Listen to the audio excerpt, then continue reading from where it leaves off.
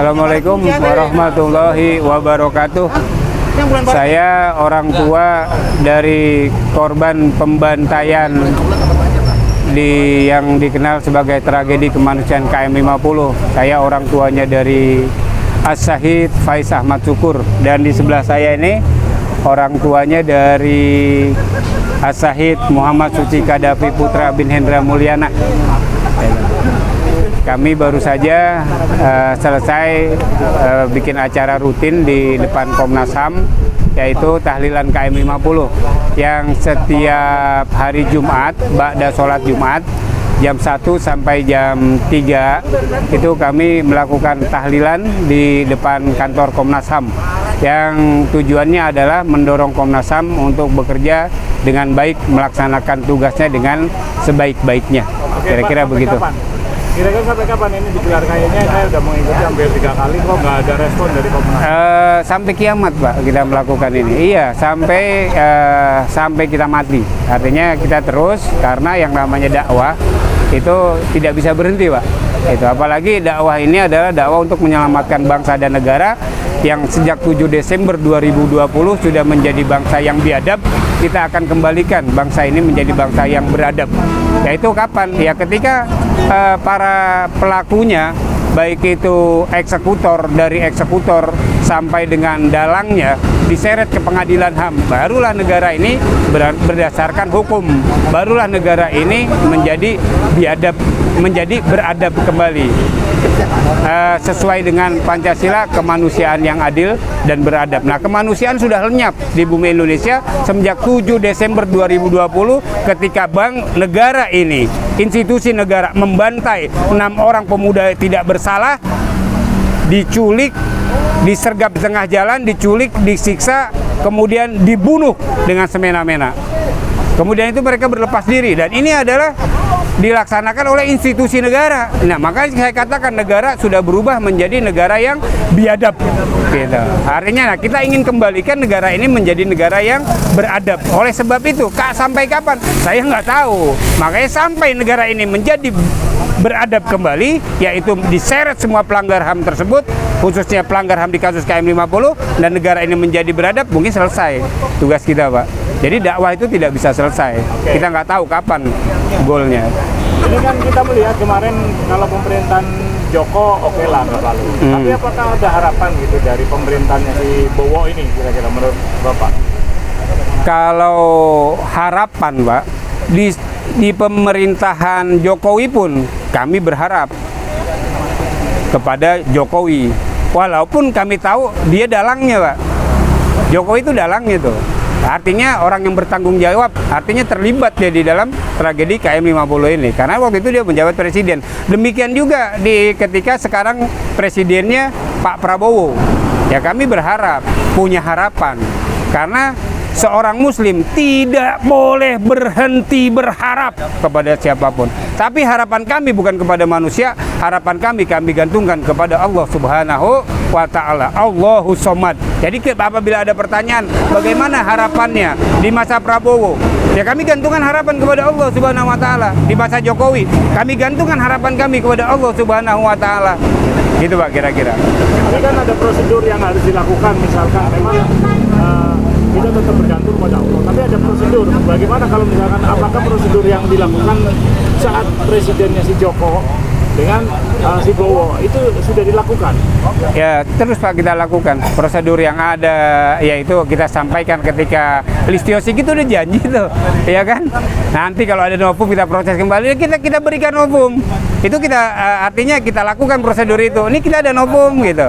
Ya, kita lakukan terus gitu. Prosedur kita jalani. Hasilnya tawakal kepada Allah Subhanahu wa ta'ala. Karena kami berada pada pihak yang benar dan mereka berada pada pihak An-Nisa ayat 93. Oh gitu. Ya, jadi paling tidak gini. Kapolri ini kan masih satu orang ini, yaitu si Listio Sigit. Nah, kemudian sekarang belum diganti. Apakah tidak ada upaya untuk mendesak gitu kepada baik kepada Bowo maupun kepada si Listio? untuk mendesak mereka gitu. Ya itu kita lakukan, Pak. Itu contohnya kita setiap hari Jumat kita di tahlilan KM 50. Tapi kan nggak efektif kayaknya kalau misalkan Apa? kayaknya nggak efektif kalau Apa? saya lihat untuk tahlilan. Iya. Jadi, Pak, penegakan hukum itu ada dua, Pak. Ada hukum di muka bumi, ada hukum Allah yang di muka bumi sampai dengan akhirat. Hukum dunia akhirat. Jadi ada hukum dunia saja, ada hukum akhirat saja gitu. Ada hukum dunia akhirat. Dan kasus KM 50 ini hukum dunianya dipegang oleh orang-orang yang zolim. Kenapa saya katakan zolim? Lah gimana? Nggak zolim. Lah orang mereka bunuh, mereka siksa, mereka bantai, kemudian mereka berlepas tangan dari itu semua. Zolim nggak ini, Pak? Nah, mereka penegak hukum. Penegak hukum apa? Penegak hukum zolim. Gitu ya kan? Nah, tapi kami tidak berkecil hati karena ada hukum dunia akhirat, yaitu hukum Allah Subhanahu wa Ta'ala. Yang mana hukumnya? An-Nisa ayat 93 untuk mereka. Sekarang mereka semua sedang dihantam oleh surat An-Nisa ayat 93. Apa hantamannya? Masih hidup di dunia, tapi sudah dijanjikan kekal abadi di jahanam. Masih hidup di dunia, tapi hidup dalam murka dan laknat Allah Subhanahu wa Ta'ala. Masih hidup di dunia, tapi dijanjikan akan disiksa di dunia sampai akhirat. Masih hidup loh, Pak. Iya. Okay. Jadi hukum Allah udah berjalan. Artinya ada contoh-contoh nggak yang bisa untuk pemirsa gitu ya, kira-kira hukum yang sudah mengena kepada mereka, terutama terhadap mubahalah Habib Rizik Syihab? Banyak, Pak. Banyak. Artinya kalau kita perhatikan kehidupan mereka, siapa mereka yang saya maksud adalah mereka yang bertanggung jawab dan terlibat di dalam kasus pembantaian di KM 50 ini, kasus tragedi kemanusiaan KM 50 ini. Kalau kita perhatikan siapa saja mereka, yaitu pertama para intel-intelnya. Yang kedua, itu intel yang saya maksud adalah intel sebelum kejadian, intel pada hari H, dan intel pasca hari H. Kemudian komandan-komandan pengarah di lapangannya. Ini semua terlibat loh, Pak. Baik itu yang dari BIN maupun yang dari Polri. Eksekutornya, pendananya, aktor intelektualnya, dalangnya. Satu lagi dokter-dokter yang mengotopsi jenazah 6 syuhada tanpa izin keluarga. Itu semua terlibat. Dan mereka tahu apa yang terjadi gitu, karena mereka otopsi tuh. Kemudian para pendukung-pendukung pembantaian ini, baik dukungan dengan lisan, dengan tulisan, maupun dukungan dengan profesi dan jabatan. Itu ada tuh pengacara yang bela-bela mereka, ada membela para pembantai itu. Nah, jadi mereka itu semua yang terlibat itu, kalau kita perhatikan kehidupan mereka, Pak, mereka tersiksa di dunia. Ada yang nggak bisa tidur sampai sekarang kecuali minum obat tidur. Ada. Iya, tahu. Kan Al-Quran berbicara. Iya, tapi bukan aneh yang bicara. Bukan, artinya kan Bapak menyaksikan secara fisik. Di media kan tersebar luas. Gitu ya. Di media, ya kan, silakan baca gitu Ya. di media. Betapa institusi ini menjadi, institusi Polri menjadi institusi yang terlaknat. Betul. Sejak tanggal 7 Desember 2020 kebejatan mereka meningkat dan terungkap. Kejahatan mereka meningkat dan terungkap. Iya. Yang jahatnya mereka bahkan sama keluarga sendiri meningkat.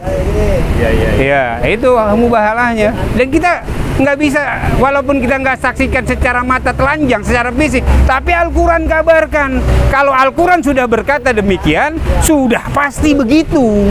Tidak mungkin tidak. Itu. Kalau kita ragu, munafik kita, Pak. Kalau kita nggak percaya sama Al-Quran, kafir. Kita beriman, percaya betul dengan Al-Quranul Karim. Tersiksa mereka dunia akhirat. Tambahan untuk penutup ada nggak kira-kira?